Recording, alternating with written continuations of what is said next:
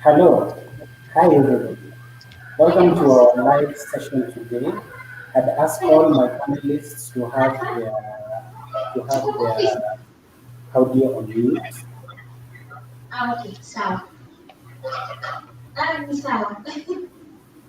I'd asked everybody to have their audio on mute. Thank you. Okay, so today we're discussing livelihoods, children and disabilities, and media. I want to jump straight into action and ask our panel to probably introduce themselves in few minutes. Of course, today we are having again, like I said yesterday, a wide selection of people from many areas of interest, particularly when it comes to persons living with disabilities. And I am hoping and very optimistic that today we're going to have a very lively, very candid discussion where we get to learn a lot about the things that are associated with the topic on livelihoods, children, and disability and media. So I want to ask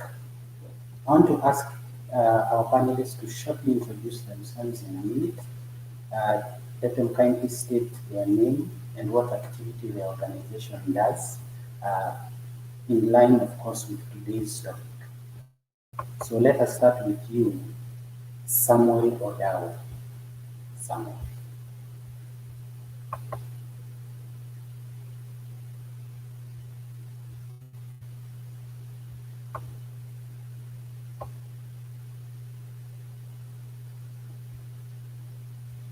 Samuel. Yes, Robin. Yes. Um, so this is Samuel Odao, CEO Lemab Research Institute, and I'm glad to be here. Great. Next, we will have Annabelle Gishure. Annabelle.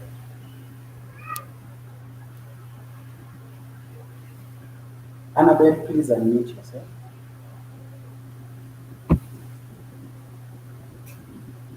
Sorry. Thank you for having me. My name is Annabelle Gishure, Director Transform Generation Africa, and I'm happy to be here. And what we do as Transform Generation Africa, we provide mentorship, coaching and counseling for children, inclusive persons and children with disability. Thank you. Next, we have Jairus. Jairus. Okay, thank you so much, Robin. As I'd said before, my name is Jairus Ongeta. I'm an artist, spoken word poet, and the founder of Chest of My Skin. And I'm glad to be here. Great.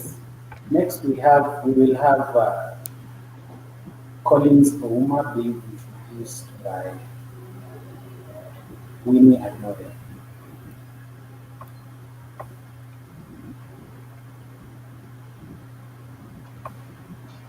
All right. Hi, everybody.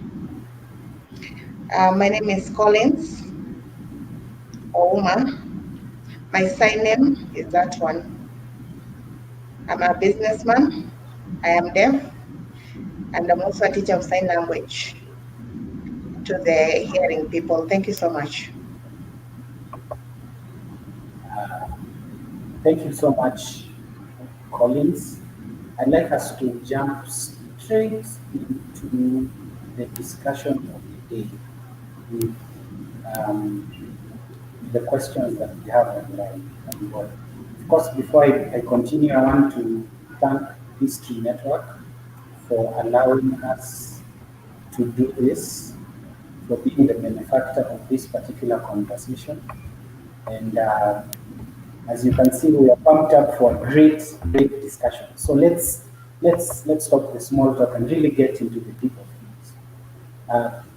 I want our panelists to tell us what the connection between their current job, their personal life experience is, and how does it tie down to this conversation. So what is the connection between your current job, your personal life experience, in line with today's discussion on livelihoods, children and disability? I'll head over straight to you, Another.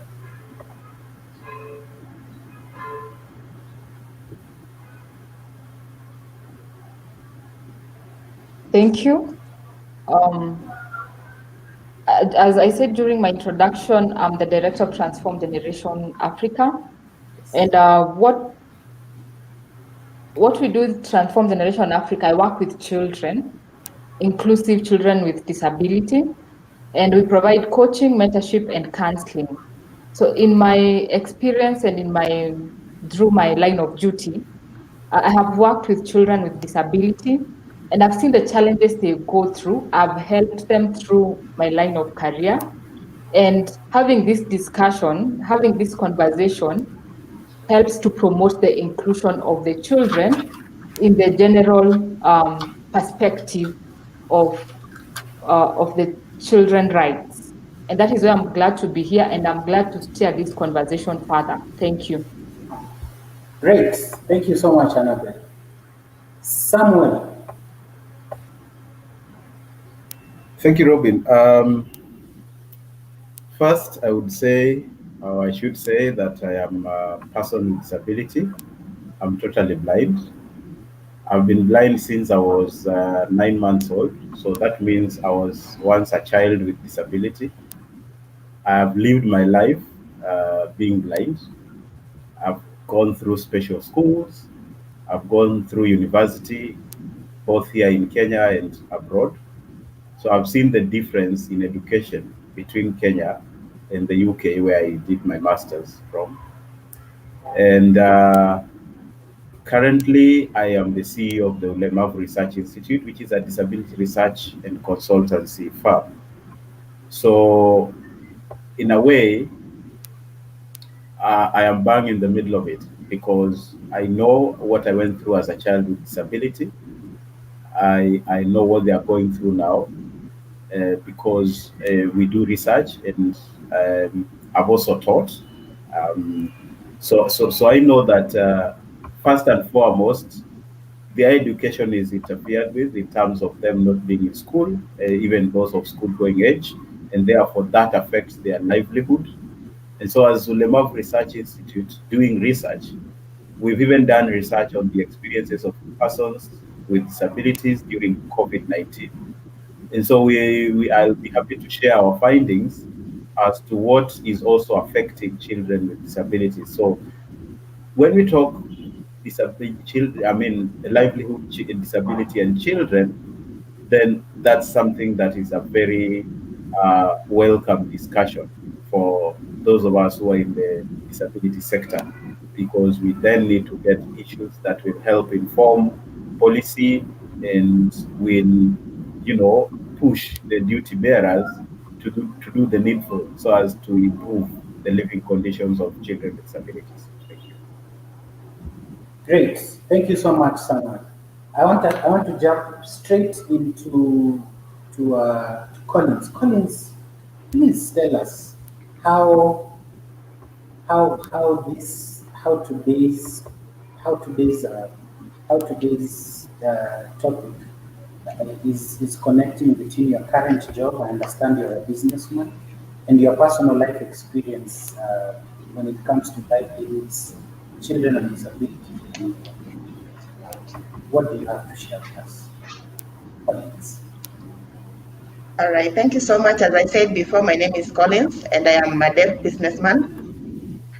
My experience, from growing up, I think I was actually born hearing, and then later on, I became deaf at about age 7. I first of all got sick. I had malaria, and then later on, when I healed, I became deaf. So I had to go to school for the deaf. I learned sign language, and then now I continued with my education as a deaf person.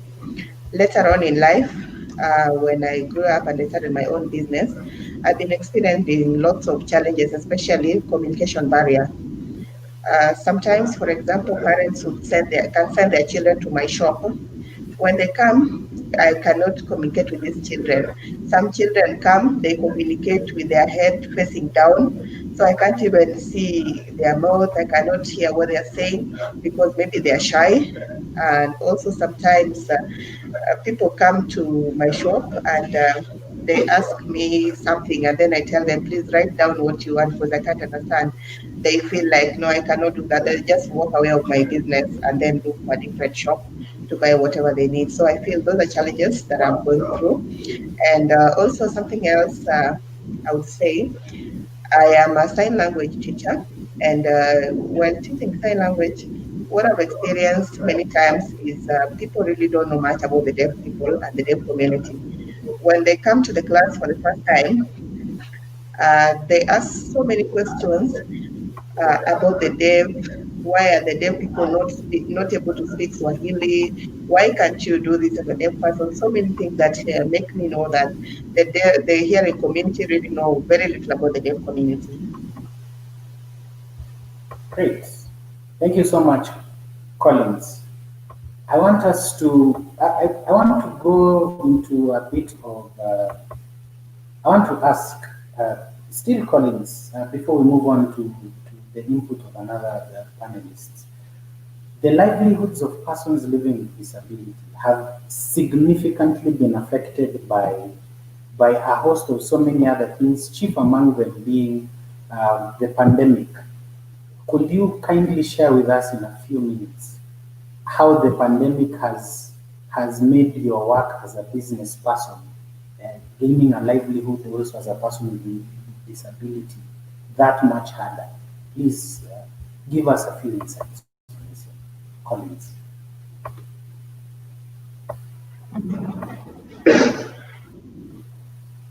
All right.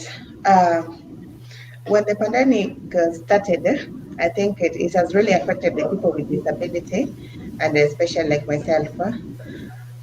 For example, funding for basic needs like food for the persons with disability has become extremely challenging. Before the outbreak of corona, there are some people, well wishers or donors, who would come to Kenya and support the children with disability and even with their families.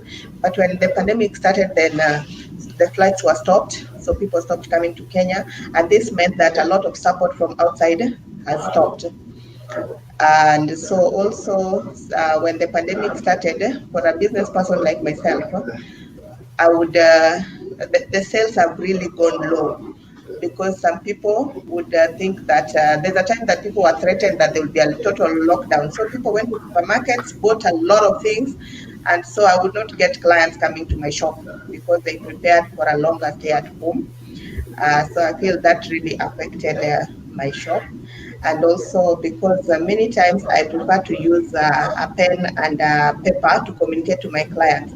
But when the government said one of the things we should avoid touching and contact, then people would avoid to write and to use pens in my shop. And I felt this also became a challenge. And also sometimes using sign language is not possible. So using pen and paper, most people shy away from and they don't like. So that has really affected me and the customers that I get. Something else I would say, the sign language that I teach people, before I would teach, I would get students, I would get opportunities to teach that would bring me some income. When Corona pandemic happened, then the government brought restrictions that closed any kind of gathering. So I'm not able to get students to gather and teach them because of the restrictions from the government. So that is also another challenge, how my livelihood has really been affected. Thank you so much, Collins. I want to throw the question to Samuel before I bring in Jairus and Annabelle to give a bit of context. Samuel, you run a research firm. You are also the chairperson of a board that is dealing a lot with the issues of persons living with disability. I would like you to weigh in on the scenario from a research point of view. What are the statistics? How much harder is it statistically, from your knowledge and experience, for persons living with disabilities when it comes to livelihoods? Samuel. Thank you, Robin. First, it is worth mentioning that persons with disabilities are historically marginalized, right, and stigmatized. So COVID-19 has compounded the problem. It is like when you say, uh, today we will skip lunch, but you are telling it to somebody who did not even have breakfast and they didn't have dinner yesterday. So while the one who had dinner and breakfast might struggle through skipping lunch, for this one who skipped dinner and who didn't have dinner and breakfast is literally starving, literally, and that's what persons with disabilities have gone through because we already know that they are most of them are not in schools, and now schools are closed, and we are not even sure how to get the rest to school. Number two, from our research, we found that 52.4% said that they were facing difficulties meeting their basic needs, including food and health. That's a huge number, 52%. And then we got that 38% were unable to access personal assistance. You see, the challenge with Corona is that it has affected the very lifestyle of persons with disabilities. For instance, myself, Collins has ably explained, he depends on writing, and then you tell them, don't even touch the paper, don't touch the pen. I depend on being sight guided. And when I'm guided, I hold one's elbow. And then I'm told, keep social distancing, don't touch. And the elbow, you are told, cough into your elbow. You want to sneeze, sneeze into your elbow. A totally different practice from what you are taught in school. So now it means that the blind have to look for a different way of being sight guided, which means holding people's shoulders. And then there's the transportation. Uh, we see vehicles having reduced the number of people they can take. And so it means that people will be scrambling for the little space. And persons with disabilities obviously will have difficulties doing that, scrambling. And then we have the curfew. And you see, there was a situation in Kakamega where a deaf person, because he did not hear and did not know that the curfew is on, he was found by the law enforcers and he was beaten. We are just in the throes of something that happened in Eldoret, and I think it's a police case where parents allegedly killed their child with disability. And all this is because of inability to meet basic needs, being harrowed, by the coronavirus. And so persons with disabilities have been affected adversely, not just from our study findings, but equally from what we can hear from the news and the anecdotal experiences that we can hear, both Collins and myself talking about, and I guess many other persons with disabilities, if they were brought here, they would be talking about the same things. I know as we proceed with our discussions, we'll share a bit of the interventions that have happened. But basically, in short, yes, persons with disabilities have been adversely affected, even in the learning, and I should finish with learning because this is important for children. You know, Collins mentioned to you he went to a deaf school. I went to a special school. Now, something that happens with our schools for either the blind or the deaf, mostly for the blind, they leave their resource materials there. The braille machines, the one they use for writing, they leave it in school. And so it means that even when it comes to online learning, many children with disabilities are missing out, either because of inaccessibility, the online learning is inaccessible for them. We are using computers and mobile devices, and they are not computer literate, most of them. But also, they don't have the writing materials. The blind use braille. They use a braille machine, a writing frame, and stylus. All those are left in schools. They don't carry them home. So as other children without disabilities are engaged in online writing, children with disabilities are literally asleep because even despite wanting and desiring to learn, the inaccessible environment and the lack of resources, learning resources, has forced them not to participate in the learning process. So, such is the situation of children with disabilities. So, that definitely has brought trauma, has brought mental health situations, has brought psychological problems, both to the children and to their parents. And so, their parents are equally frustrated, and we experts are frustrated, and persons with disabilities who are disability rights advocates, as well as those without disabilities, like Annabelle, who are doing a great job in psychology and counseling, are frustrated because of the situation that children with disabilities are forced to go through. Great. Thank you so much, Samuel. Before I bring Annabelle in, Annabelle, I want to bring you in a bit later when we are delving into the same question, but now with the contexted area of children and how everything is affected on their end. But in the interest of allowing one of our panelists get ahead, I want to ask Jairus. Jairus, before you leave the live, kindly tell us, you are a spoken word artist, you have won awards, you have been in the limelight also championing for issues such as human trafficking, and you're also a great friend.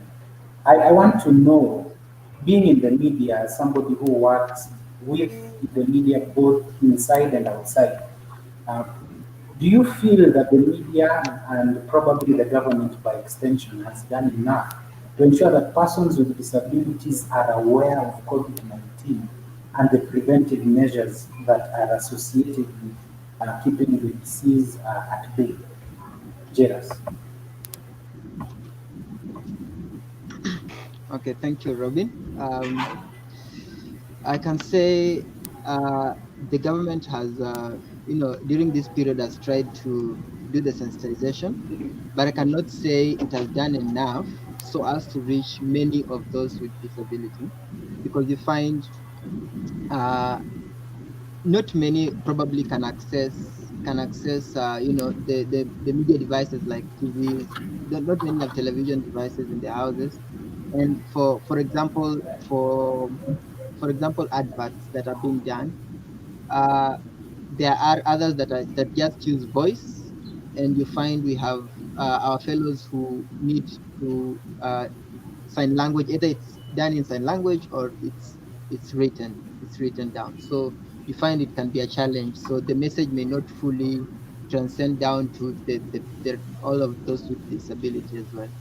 And then basically, and the coverage in terms of not much has been spoken targeting those with disability, and on a way out, on a way to see to find a solution, so as to, there was a time the president spoke, and at least he gave guidelines on how to support the artists, and also I don't know if that happened, but I don't think much emphasis was put on those with disability as well. Yeah. Okay, Jairus, I want you're also an artist. Please Yes, I am. tell us what capabilities does art have? What capacities does art have Yeah. to make the situation more malleable, to lessen the stress on persons living with disabilities? What Oh, yeah. applications are there for artists? Okay, okay. So on that, what I can say is, one, I'll start by saying, like Samuel said before, I'm one of those who studied special schools since childhood until I finished my high school, and staying with the majority of us, many of them are very talented.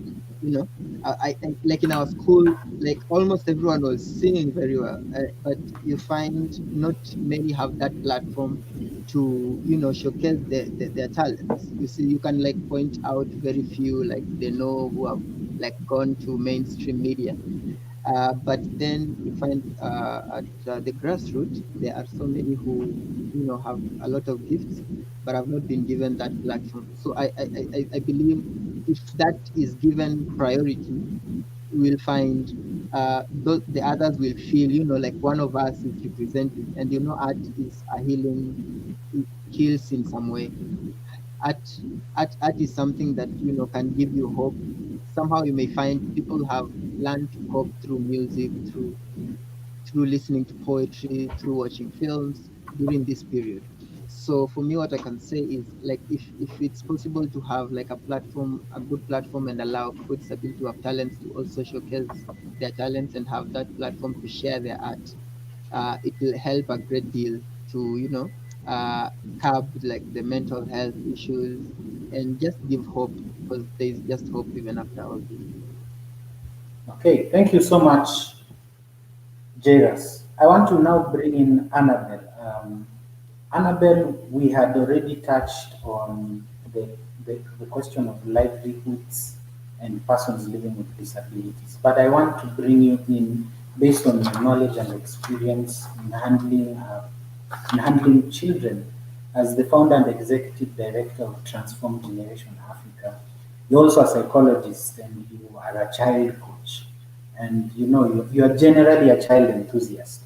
Kindly please give us a few insights on how this entire bubble has affected children, more so those children living with disabilities, and how probably the lack of livelihood, generally the entire scope of things, how are children coping from your experience? Annabelle. All right, thank you. Yeah, I agree with what my learned friends have said before I got in. And like dealing with children during this pandemic, one thing there is social isolation that has led to, when you're socially isolated, you actually feel you're different because maybe you're not included in what is happening in your community, in your family, globally. Yeah, and there's the sudden disruption from normal school routine that has affected the progress of children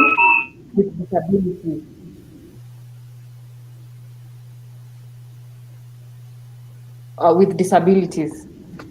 And that sudden disruption has actually forced, they were used to having professional caregivers who are professionally trained for special needs in school to take them through the training, but now they're not there, they are no more, they are back at their homes with their families. So what happens to the parents? They take the role of the professional caregiver, the special needs teacher in school. So they're struggling to actually teach them, train them. They're not trained, but we have to train them because right now their children are learning from home. The same parents are fending for their needs. They're looking for their food, for their shelter, so that they're able to provide for their needs, for the children's needs. So this drops back now to depression for the parents. But the same parent is the person who is going to encourage and give hope to this child. And as we are getting into the online sphere, so the children with disabilities, they now have to adapt the online system. They will take time to learn the online system.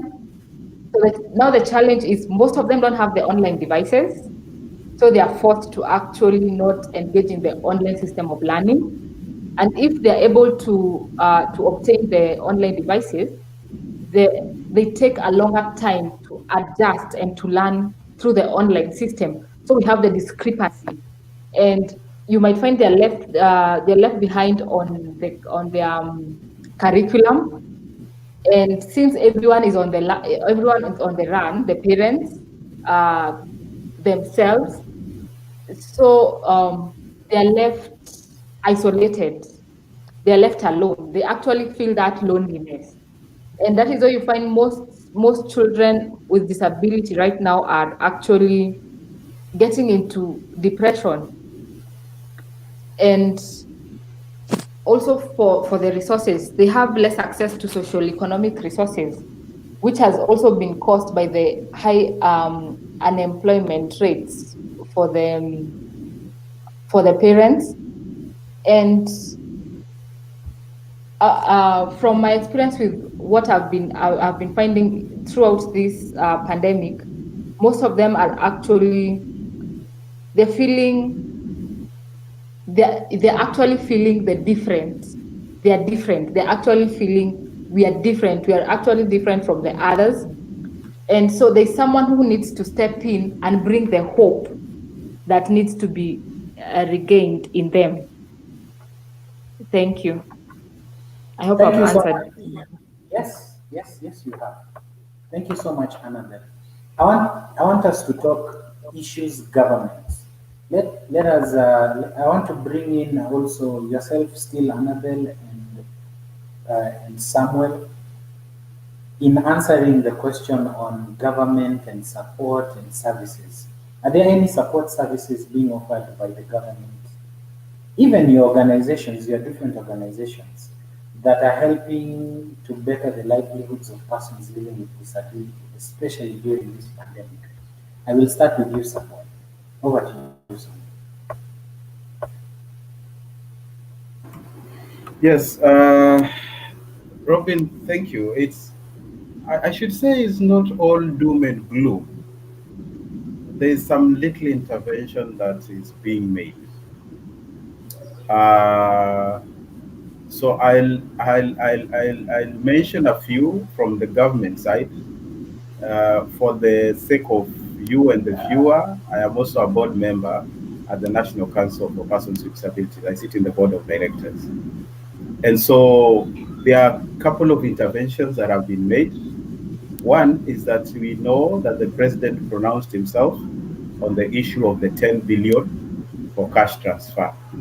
That went into paying arrears as well as uh, buttressing the cash transfer program. So the Ministry of the Interior and the Coordination of Government has been running a program together with the Ministry of Labor and Social Protection, where persons with disabilities have received 1,000 shillings per week. That went for 10 weeks, right? And then the National Council for Persons with Disabilities, where I said I'm a director, I'm in the board of directors. They are also, not only have we paid arrears to the cash transfer for persons with severe disabilities, and persons with severe disabilities, most of them are children, right? Most of them are children under the care of either the parents or caregivers. So we paid that arrears, and we have paid that to almost 42,000 plus other 3,700 that were not 3,070 that were not in the system, but we paid them during using the mobile phones, because you see, normally the way cash transfer works is that money is paid to your bank account. So for those who didn't have bank accounts because they were not in the system, but yet had been registered, where they were just yet to be put in there because they failed to open bank accounts, they still were paid via M-Pesa. And then we also ran a program on the COVID intervention. And in that, 33,300 were targeted, and they were paid 6,000 shillings at once, which was supposed to be 2,000 per month. So they got 6,000 shillings.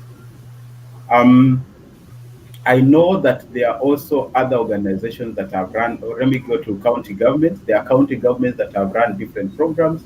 I know for certain that Mombasa has run such a program, and they've been giving food, food distribution to households.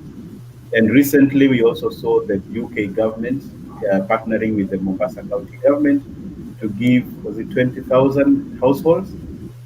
So there are other interventions that have happened. But allow me to mention this, because this is crucial for our global audience, especially those in the developed countries, that in Kenya we don't have an elaborate welfare system. You see, in developed countries like the UK, where I studied, or even the US, I did a fellowship there. In the US, if you are a person with disability, you are not at work, then you are given a stipend and you are given a house. So you have a house and you have money at the end of the month. Some even have food vouchers. In Kenya, you are either working or working. If you are not working, then you are done. You don't have any sort of money. And also, you are not given a house. Why am I emphasizing this? I'm emphasizing this because that intervention then becomes a drop in the sea because so many people have missed out. We are talking of statistics, even though it is still controversial. You know, when we say that we are 918,000 persons with disabilities in this country, I say controversial because in 2009 we were 1.35 million. So we can't be 1.35 million in 2009 and then be 918 in 2019 after 10 years. That's a bit hard to swallow. But even with 918, we have targeted 33,000. So what is 33,000 out of 919? A huge number is still left and unreached. And so these people don't have money, and definitely because they don't have income, so those who are renting are also going to be locked out of their houses. So because we don't have an elaborate welfare system, it's definitely a difficult situation for persons with disabilities, even with the interventions that have been put in place. Thank you. Thank you so much, Samuel.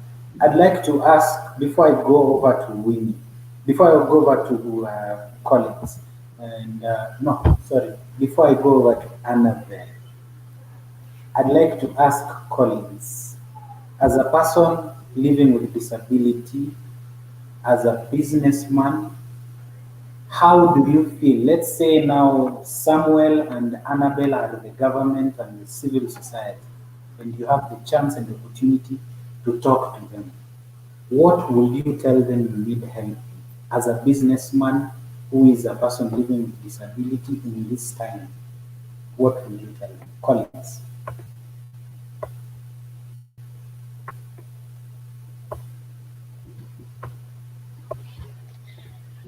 All right. So for me, I really like what Samuel has talked about, especially the cash transfer to the people with disability.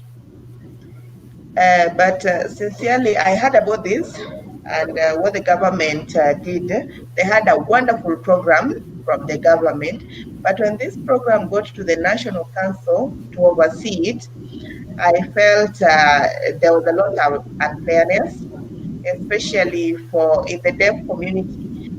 All the people I know who got the cash transfer are people who are doing fairly okay in terms of financially, but the people who are extremely poor in the deaf community, they did not get. Just the people who we consider to be doing well, they got the 6,000. But for the people who are genuinely poor, like myself and so many friends that I know, we did not get the cash transfer.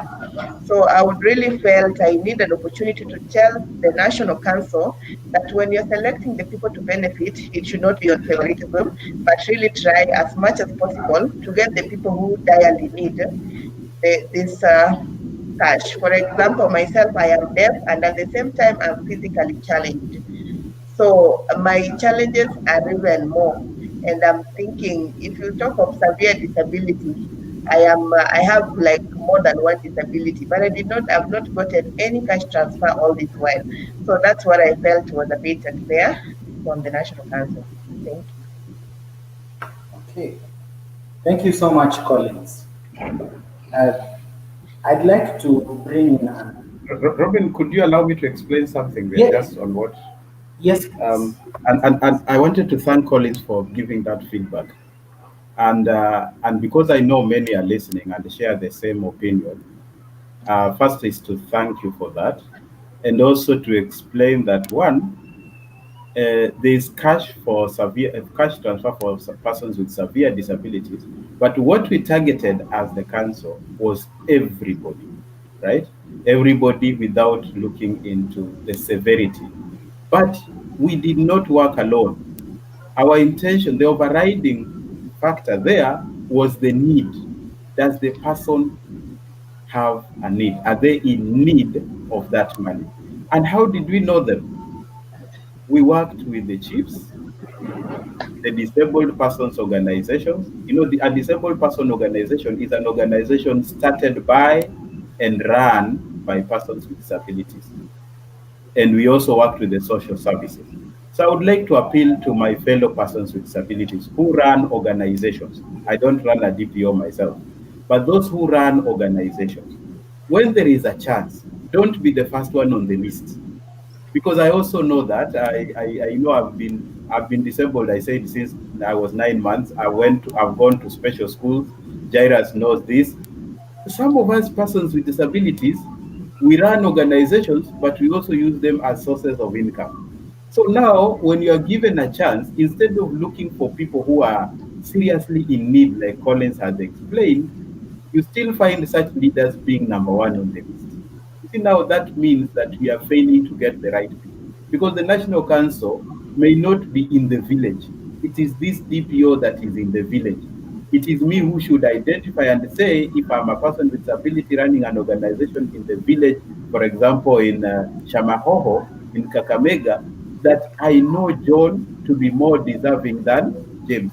But you still find James is been taken even to the National Council as somebody in need, and yet James is a teacher. So you find even teachers were saying, we didn't get money. And you're wondering, surely as a teacher, are you the one who should get it, or that other person who does not have a job, who does not have any source of income? So that's an appeal to ourselves, we as persons with disabilities. Let's give a chance to those who are most deserving, so that we give the council the right people, not people that we know very well have something to offer. So I think that's something that I really wanted to clarify. And thank you so much, Collins, for raising it.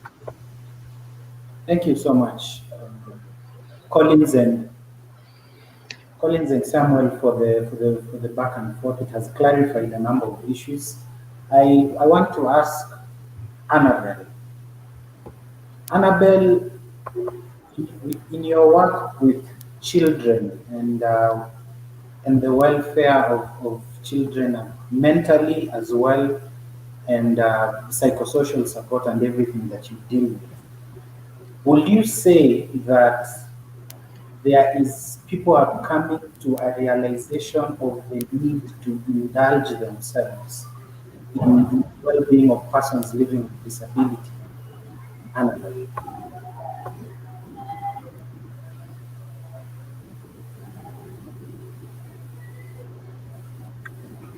Yes, I would say, let me speak on behalf of my profession. Yeah, I would say people have come to the realization of the need, and I have been doing it with schools, and right now as I'm doing it with mentorship and coaching, I find like most parents, the first thing they ask you, can you mentor or can you coach my child who has disability? They have, most of them have owned the art of being different. So they think they can't fit into the mentorship, into the coaching, into the counseling, but it is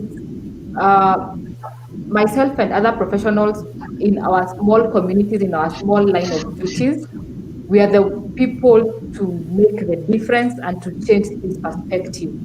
And that is what I'm doing. We're planning for a mentorship talk with different children from different places with disability. It's something that is being planned. It's in the process of being put on the ground. But I would say that different individuals from different professions and different lines of duty should take up this as their personal duty to change the narrative. This is a narrative that needs to be changed, and it starts with you and me. Thank you so much. Thank you, Annabelle. I want us to narrow down the discussion a bit and focus a bit more squarely on children. So, what forms of violation are children with disability vulnerable to during this pandemic? What forms of violations are children with disability vulnerable to during this pandemic? I'd like to start with you, Samuel, probably from the angle of the statistics that are available, probably from the cases that you have dealt with, sitting on the board and also handling your own individual research firm. What are the realities? Thank you so much, Robin. I will mention a few of them and then I'll mention an intervention that we are doing as a result of these discussions. Number one, their right to education has been violated. You know, you will hear that schools closed, but learning did not stop. That's the statement. I see. I hope you've seen this advertisement. But the truth is, for children with disabilities, both stopped. The schools were closed and learning was stopped. So their right to education has been violated. Their right to companionship has also been violated because we are now saying social distancing. Social distancing is good, yes, but you see, the World Health Organization has given proper guidelines involving even those who are caregivers to be trained on how to handle their children with disabilities. Because Annabelle ably said it, that these are children that were being handled by professionals. And parents are not professionals. They have not been trained on how to handle these children. And all of a sudden, they now have to do the job of a professional like a professional. That's a difficult one. And so that right also has been violated. The right to growth, to self growth and self determination, that has been violated. As we speak, we don't even know with certainty when the schools are being reopened. So these children are suffering. And so, as Annabelle said, that of course has led to depression. So their well-being has been affected. And I've discussed this before.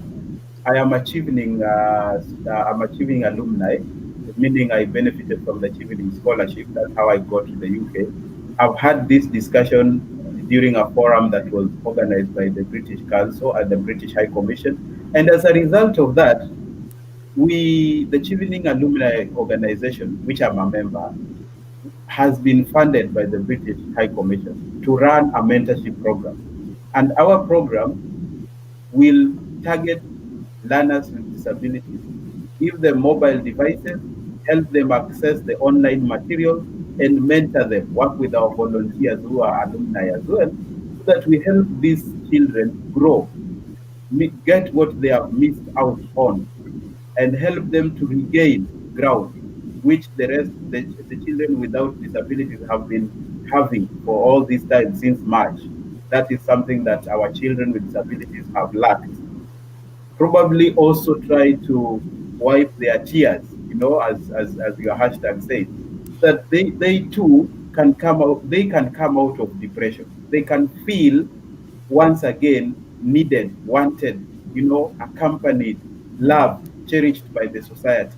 They feel part of the society. We want to promote inclusivity by helping them regain access to the learning environment.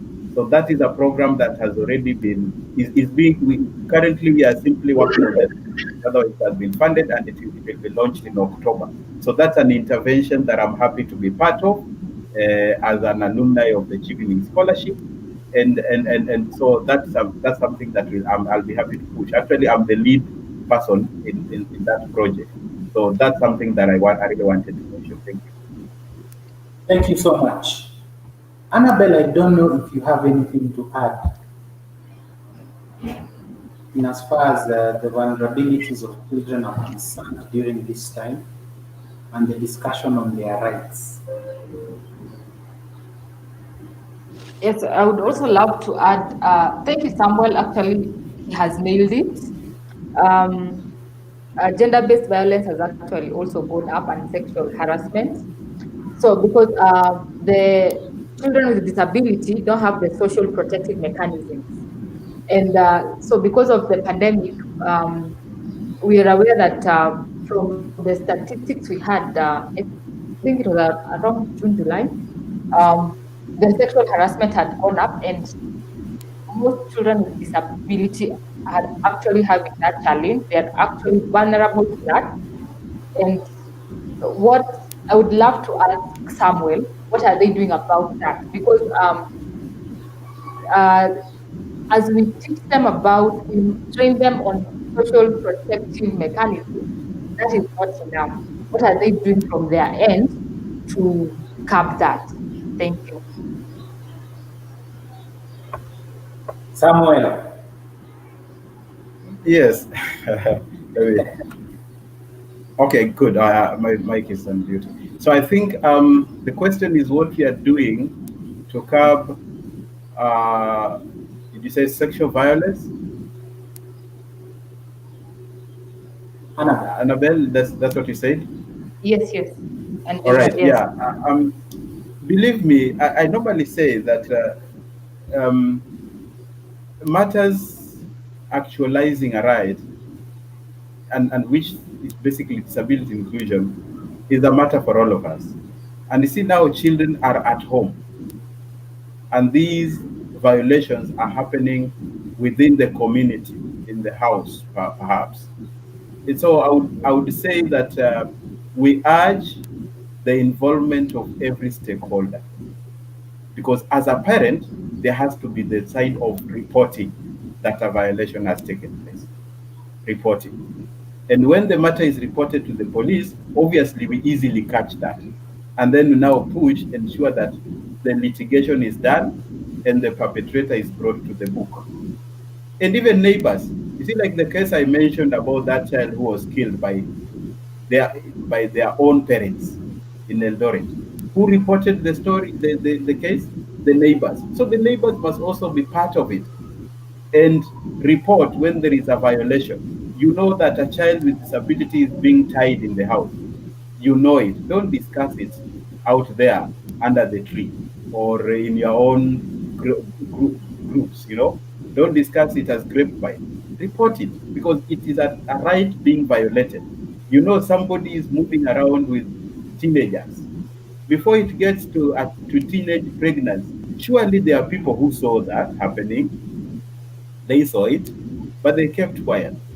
Somebody has to report it. And then we professionals, we've got to do the work of sensitization. Like this very program right now is sensitizing somebody out there on the rights and how to help actualize those rights.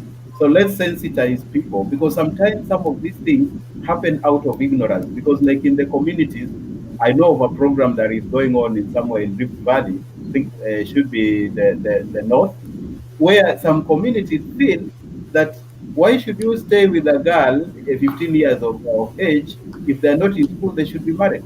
We should be telling them, no, that's wrong.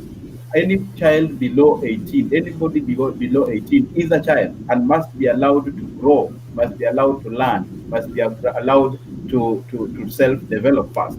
So let's do the sensitization, let's do the reporting, let's do the litigation for those who are in that department, and let's bring people to book for the judges so that we stop these problem from recurring in the society. Because at the end of the day, these are the treasures of this country, and we must do all we can to protect them. Thank you so much, Samuel and Annabelle. I want us, before we go to, I want us to go into a part of the discussion where my co-moderator Atieno, who is on standby, is going to take us through so many of the comments. I'm seeing the comment section is alive with so many questions and comments and compliments, actually. People are saying they are watching and they are tuned in. I want us to answer one more question before we go into that section, and then which will lead us now into the second and last half of this discussion. So the question I'm asking is, let us now talk about the promotion of protection of rights. I want to throw it first to Collins, then we can come back to Annabelle, and finally to you, Samuel. In short, in a minute or two, what can we do to promote and protect the rights of these children with disabilities? Of course, Samuel has touched a bit on it, but I feel we need to delve into it a bit extensively. What can we do to promote and protect the rights of these children with disabilities? For you, Collins, I want to ask you it in this way. As a person living with disabilities, you have probably interacted with children living with disabilities, or probably you haven't. I would like you to first tell us that. But then what I want you to answer more conclusively in a minute or two is how do you feel children with disabilities can have their rights protected and held up to a standard? Collins.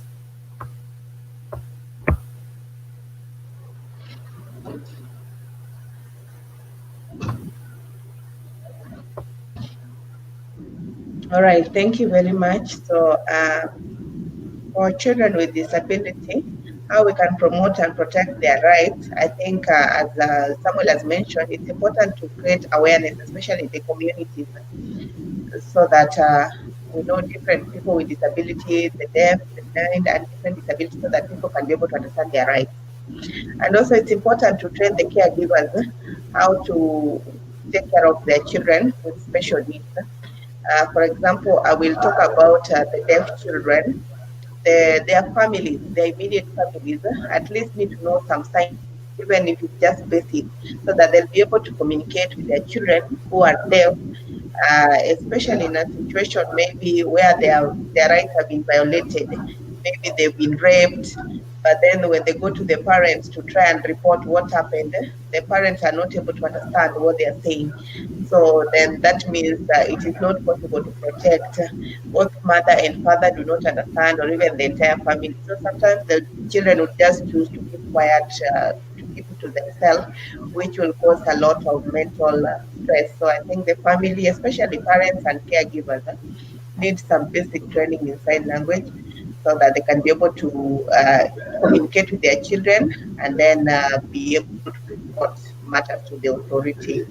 And also the chiefs or the people in authority, I also feel they need to have in their offices maybe a sign language interpreter, so that if a child or a person with a disability gets to these offices to seek for any kind of help, they are able to get easy access to communication and be able to pass their grievances to the people in authority. I remember like the time when Corona started, the government would give briefs from time to time, but there was no sign language interpreter. So we didn't even know what they were saying about Corona until we had to do a lot of demonstration. And I remember Samuel mentioned about the deaf who was in Kakamega, who was brutally beaten by the police because they didn't even know about the curfew thing. So I feel like it should also start from the government to involve more of communication to include access to information in all departments. Thank you. Thank you so much. Annabelle, talk to us about protection. In a minute or two, talk to us about protection and what we can do to ensure that the rights of children living with disabilities are safeguarded, promoted, and protected. Over to you, Annabelle. Yeah, I would love to commend Collins. Actually, he has touched the summary of everything, but I would love to add about also the Kenya Institute of Curriculum Development. They should take into consideration of the e-learning of the children with disability right now, because they are highly affected. Most of them, their learning has actually come to a halt. So it should start from them. They should do something about the e-learning of the children with disability. And then the stakeholders should come together. We have the SDGs and international initiative. They have laid a very good foundation, so the stakeholders should actually come together and form an umbrella that protects our children and the persons with disabilities. Yeah, and creating awareness and training the caregivers that Collins touched on. That would be my sum up. Thank you.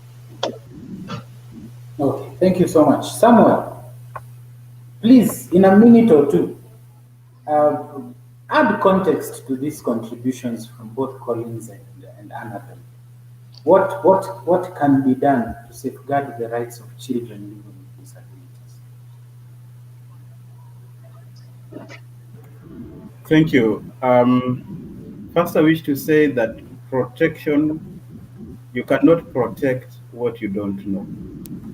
So duty bearers, government and private, must start by learning about these rights. Because sometimes you think that people do things deliberately. You know, the law enforcers who brutally beat the deaf man in Kakamega obviously did not know that there are citizens in this country who do not hear. And so you assume that when you are talking to somebody, obviously they must hear you. It is not obvious, or that they will see you. It is not obvious. Some are blind, some cannot walk. So it starts by people, the duty bearers, the stakeholders, getting to understand the rights of each and every citizen in the country, so that then they can know that children with disabilities have been historically marginalized and they need to be included in the framework of the South.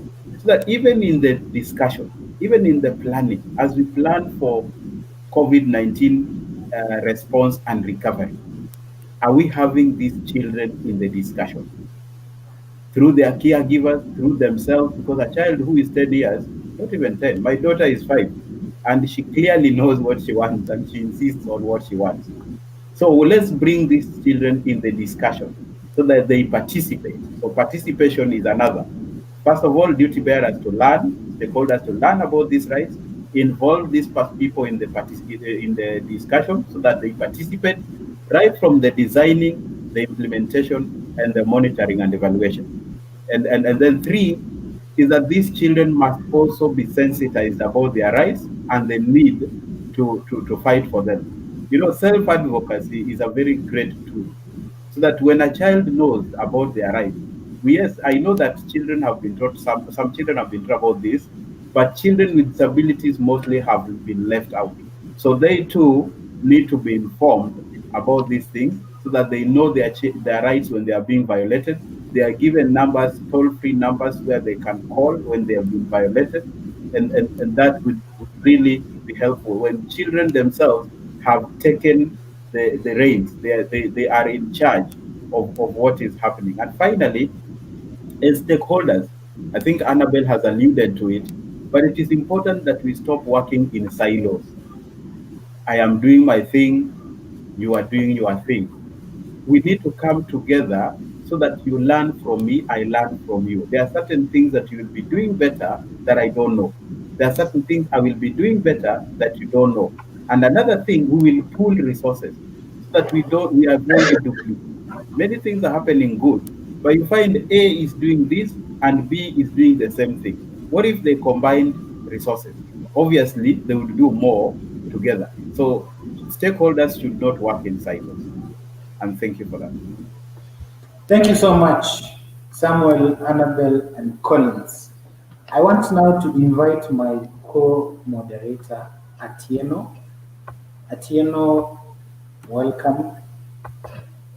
Kindly take us through the very lively comment section and also a few of the questions that are resulting from that piece. Atieno. Yes, thank you so much for the session that we have had. And maybe just before I go through the comment section, I would just like to comment on the conversations that we have been having and even just connect it to what was going on yesterday, where we were told that disability becomes a disability when there is no community support. And just listening to the conversations going on, it is really sad that children with disabilities at a very young age are separated from the rest of the population. Like the fact that they have their own schools, and then, the persons who are well able to have their different schools, it would have been a beautiful thing to see, even people without disabilities being taught about sign language at a very young age, so that we do not have these disparities, such that, now when the children are already grown up, there's just a big distance between persons with disabilities and persons without disabilities. So I'm going to go straight into the comment section. And I would like to recognize the presence of Tunhood, who is here with us, Fundi Nyata, who is with us as well, Willie Oeba, we have Karanja Wangoi, we have Evans Ndirago, and we also have Rojamila Kenya, who are here with us. Let me go on to some comments that have come in. We have one Burial, who says that Beryl Chero. I mean, I get what Collins is going through. Same here. I am a sign language trainer. Schools were closed, making me try to look for any casual work. It's so hard. So we're finding someone who is relating to the sentiments of Collins in how things are different and difficult during this pandemic. We have Willie Oeba, who is wondering, why would a parent kill their disabled child? And I think Colin kind of touched on it, on, there's a need to sensitize caregivers, parents, neighbors, and the society, so that there's no negative connotation that comes with having a disabled child. I don't know if there's anyone who would like to comment on this particular comment.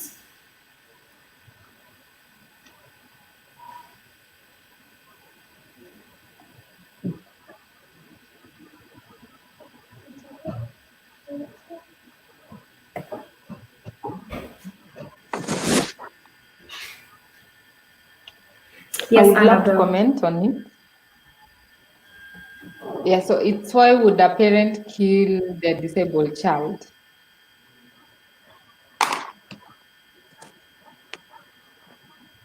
Why would a parent kill their disabled child? Yeah, that you remember as I was explaining, I talked about depression. They have this. This is not a one-time. It's not a one-time event. It is an event that has actually piled up, maybe through what they've gone through with that child, and it came to a time where they just blew up. Because of the depression, they are better off without them. So this is a mental health case. The parents need to actually seek mental health attention from a specialist. Yeah, but for the killing, that is an act from a series of stress and depression, in summary. Yeah, thank you, Annabelle. And I think I want to ask you a follow-up question, Annabelle.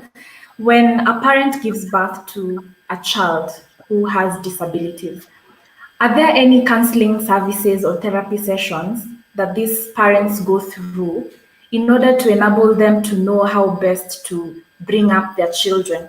Or once they give birth to these children, they just go home and, kila mtu na hali yake, go figure out how you're going to raise this child?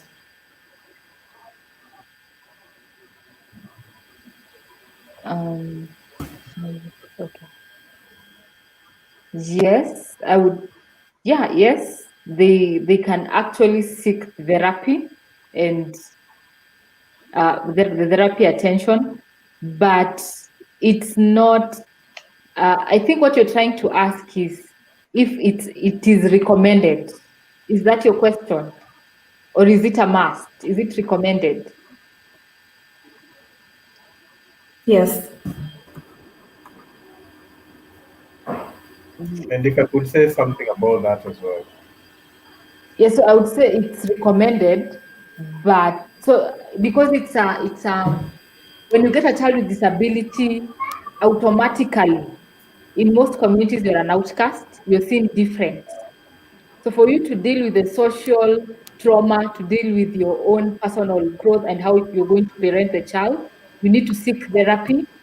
But most people don't seek therapy because it's not normal for us to actually seek therapy because of such a case. Thank you, Annabelle. Samuel? Yeah, I just wanted to mention that the question you asking relates to how culture has affected stigma and disability. Because Yes. you see, number one, as Annabelle has mentioned, the moment you have a child with disability, you are blamed for it, and the child is an outcast. You are told in some communities that maybe you insulted Waze, and so that bad omen has befallen you, or you failed to listen to some whatever tradition you are to do and you never did. And sometimes they just say this is coming from you. It's, like the father would say, in our lineage there is no such thing, so it is from your end, right? And now if you couple this with the fact that I mentioned, that there is no elaborate welfare system in this country to take care of such people. I mentioned persons with abilities, but even caregivers, a mother gets support when they have children and they don't have a job, right? In this case, we don't have such. What we have is that which I mentioned about the cash transfer, which is minimal. So when this parent then does not have a job and say this child is the third born or fifth born, so that they have other children to take care of, and they don't have a stable job, and they are an outcast, and they are being violated in the society, that is what results into depression and into other crazy things that happen. You've had children tied in houses and so on and so forth. So I think it comes back to us. What can we do as stakeholders in terms of one, policy change, and two, practice change in terms of policy and practice? What is it that we can do to try and alleviate such problems from happening? Thank you. Thank you so much for that. Let me continue with the comment section. Karanja Wangoe has asked a question that was very similar to Willie Oeba, so I will just read it, but I think it has been tackled somehow. I don't understand why some families break up after having a child with disability, and I think Annabelle and Samuel have touched on this issue. Let me go to Rhoda Marango. The question to Samuel is, the cash transfer program is a good initiative. Now, would it be fair if this was made a devolved function so that people with special needs can benefit from the grassroots? Samuel?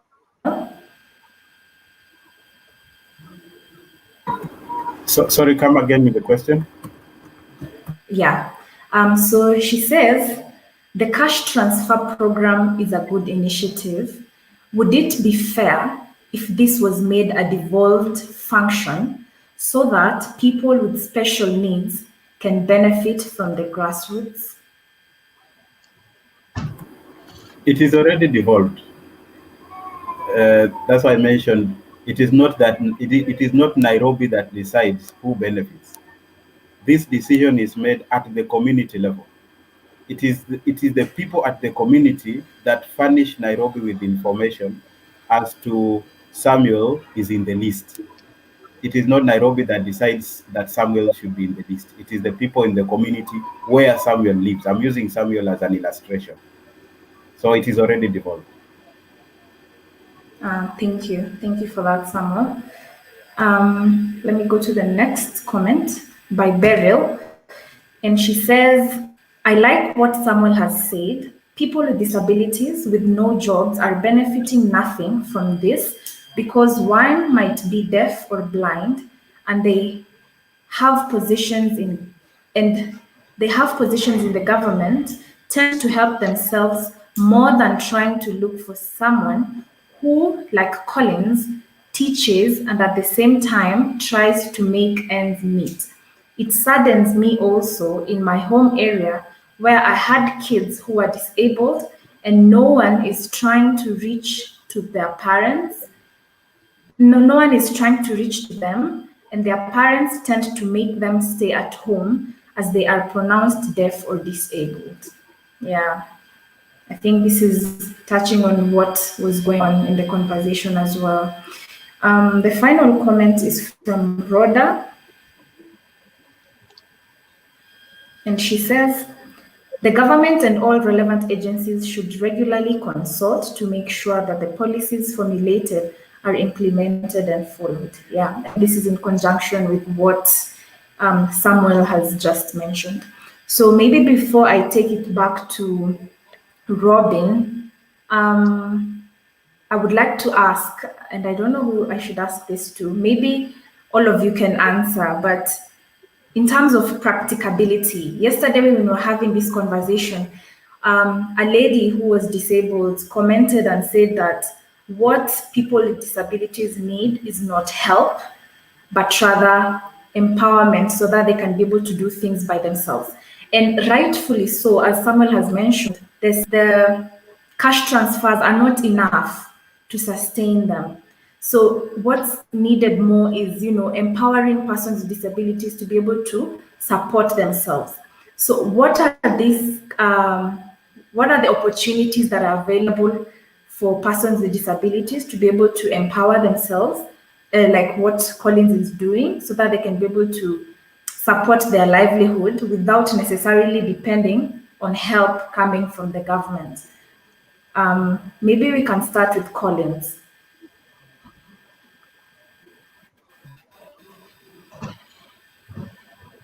Can you just repeat the question again, kindly? Oh, okay, sorry. So, what opportunities are there for persons with disabilities to be able to empower themselves and support their livelihoods without depending on the government support?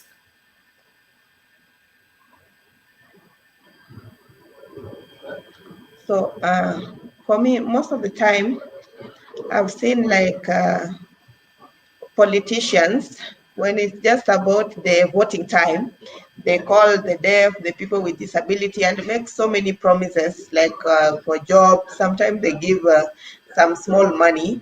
For example, there was a meeting at the deputy president's place with people with disability. But then that is a good thing. But then after they win the election, all the promises and the whatever was given is forgotten. So me, I think the best thing is to the people with disability themselves. Some of them have some certificates.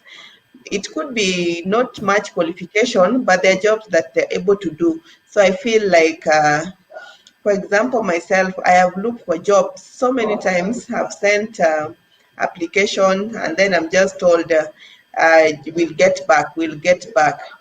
Sometimes when I apply for the job, then they never give me any response for a very long time. So I feel it can be very frustrating, but I feel other people with disability can as well try business, like what I started doing myself. So the help that they can get is maybe to give a seed capital to start a business, because in that case, they'll be able to become independent. Thank you. Thank you.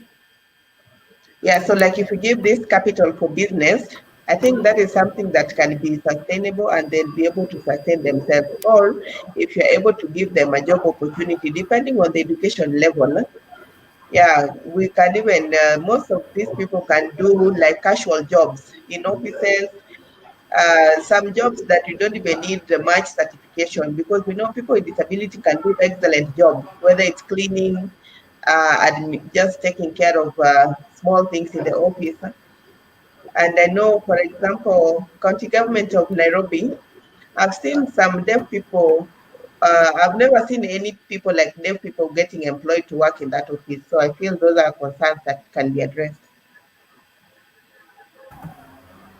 Thank you. Thank you so much for that, Collins. And I think Winnie Jerry has just answered me as well. She says education, education. For those able to go through formal learning, this will ensure they get into the job market. Now from there, inclusive workplaces. Yeah. I think I would Can I like to say hand something? it back. Yes, you can, Samuel. Just to say quickly, and I was also going to say education, because it is the equalizer of opportunities. If my mom, and mind you, my mom was not educated. She never went to school, and I'm the ninth one. But somehow she still took me to school. If we can give these children education, and I would urge the MPs that are listening today, the National Council is giving education assistance fund. Can we have CDFs isolate, at least identify a percentage?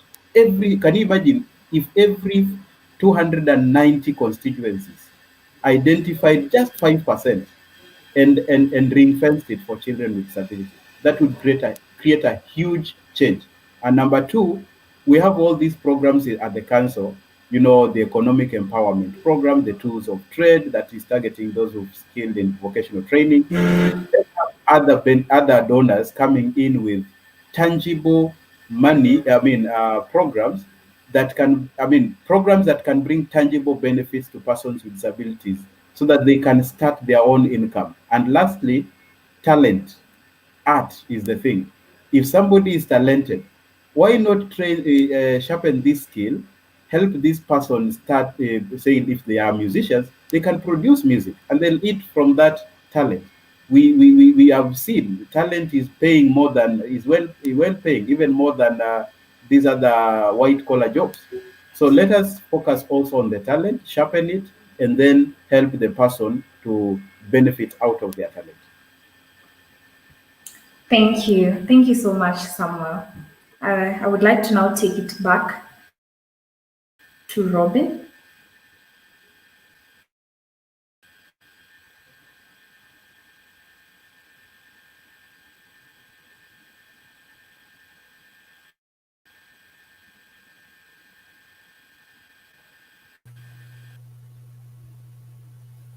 Yes. Yes, thank you so much for that candid discussion. I can see the comment section is alive and people are watching and listening and taking notes. Rhoda Marango was actually part of our panel yesterday. Thank you so much for following through to today's discussion. Um, I have I have one more question left because in the course of the back and forth with the comments, a lot of the questions that I had remaining for the second part of this discussion have already been tackled and answered in in-depth ways. For example, what things the civil society could do to make the situation for persons living with disability uh, much better and make life a better experience for them. I feel has been answered extensively during the short discussion that Atieno had been conducting. Maybe I want to throw one question to our panelists in tying down this discussion. Yesterday we discussed on the availability of gender desks at police stations where people will be reporting about issues concerning gender. I am not aware of any such interventions made by the government for people living with for persons living with disabilities. How are our forces and how is our police, how are civil servants prepared to handle persons living with disabilities, even as we tie down the discussion? I'll direct this question straight to Samuel. Thank you, Robin. And first, allow me to make a correction that it is persons with disabilities, not living. Thank you. We don't live with disability in the house. We have a disability owing to the environmental factors and the impairment conditions. So yeah, and that's not just for Robin; it's for every person listening, because it's a common error that people make. But yes, on the intervention, I think the one thing that the council is doing is that we are training people in sign language skills, and we are targeting civil servants in the front line. For example, the nurses and the police. I know that with the meager resources, we cannot train every civil servant out there. So what we have recommended and we have urged other government agencies to do is to take up the program so that we will facilitate, but at least pay for your officer. For example, if you want your officer trained, we'll show you which school there is to do that, and we'll ensure that that training is done and it is quality, but pay for it. We are paying for a few, we can't pay for all. We also know that we are doing orientation and mobility for those who are recent blinded while in adulthood. And what we do is that we take them to KSB, Kenya Society for the Blind, and KIB, Kenya Institute for the Blind, so that then they are also orientated and trained, in a sense, rehabilitated back to work. So we are doing a couple of things to try and make things a lot easier for persons with disabilities. But as I said, it is not enough. So it is helpful for all of us stakeholders to get involved, do what we are able to do, learn from each other, and pool our resources so that then we are able to achieve better results. Thank you so much, Samuel. I don't know if Collins, you have anything to add?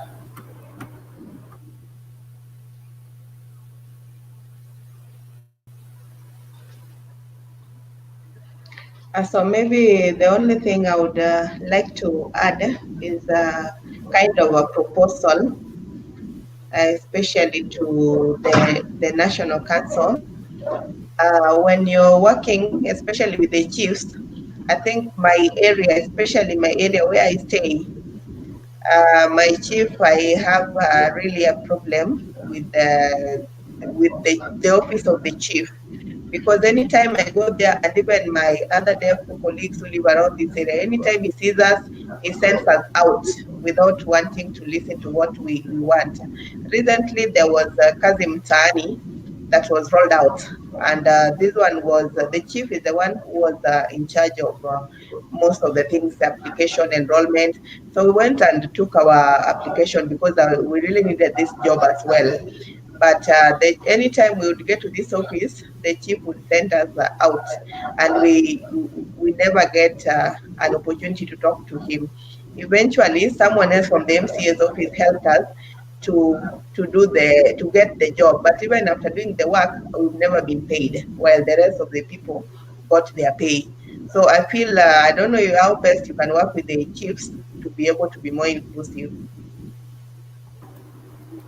Simply put, Robin, you can give out my number to Collins, and those who are out on Facebook can find me on Samuel Odawo, Samuel Odawo, Odawo. Just write that.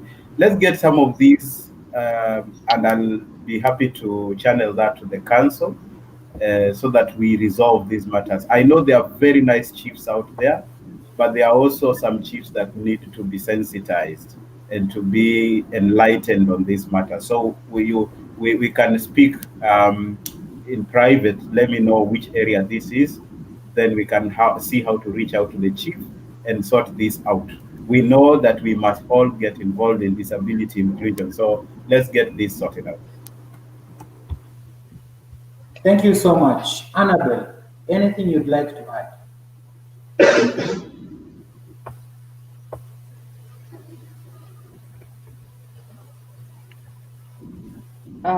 I love the engagement. I love what Samuel and Collins have concluded with that discussion. But what I would love to actually add as all, Mahatma Gandhi once said, if you want to change the world, start with yourself.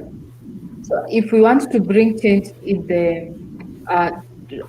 to bring change to assist people not living, persons with disability, is let us be our brothers and sisters keeper. Start from that family that is next to you, that family in your community. And with that, we are going to assist, and we are going to aid persons with disability everywhere, and we are going to make a difference in their lives. Thank you so much, Annabelle. This has brought us to the tail end of our discussion. We have had on our panel Annabelle Gishure, who is the founder and executive director of Transform Generation. We've had Winnie Adoyo, the Secretary General and an inclusion champion, and a sign language interpreter who was doing the communication for us with Collins Ouma. Collins Ouma is a businessman and a person with disability who has enriched our discussion and helped us contextualize a lot of the things that we know in theory or we do not know at all. I want to believe on that front alone we have learned a lot. Jairus Ongeta, who had to leave earlier on, is an artist and is a person in media. He's also he was the reigning Mr. Albinism in Kenya. We also have Samuel Odao. Samuel Odao is the founder and CEO of Ulemavu Research Institute. He's also a board member of the National Council for Persons with Disabilities, NCPWD. And then we had the very talented, very able Atieno. Atieno has been my co-moderator. Atieno is the founder of RefuPoets. And then myself from Peace Tree Network. My name is Robin Oneka Nyakundi. Thank you so much for joining us today. Would like to love you all and leave you as well, because time is a very precious resource, and we thank you for sharing your time with us. So from us here at Peace Tree Network, thank you very much, and you have a blessed day full of learning, especially on the issues surrounding persons with disabilities. Thank you so much, and bye-bye.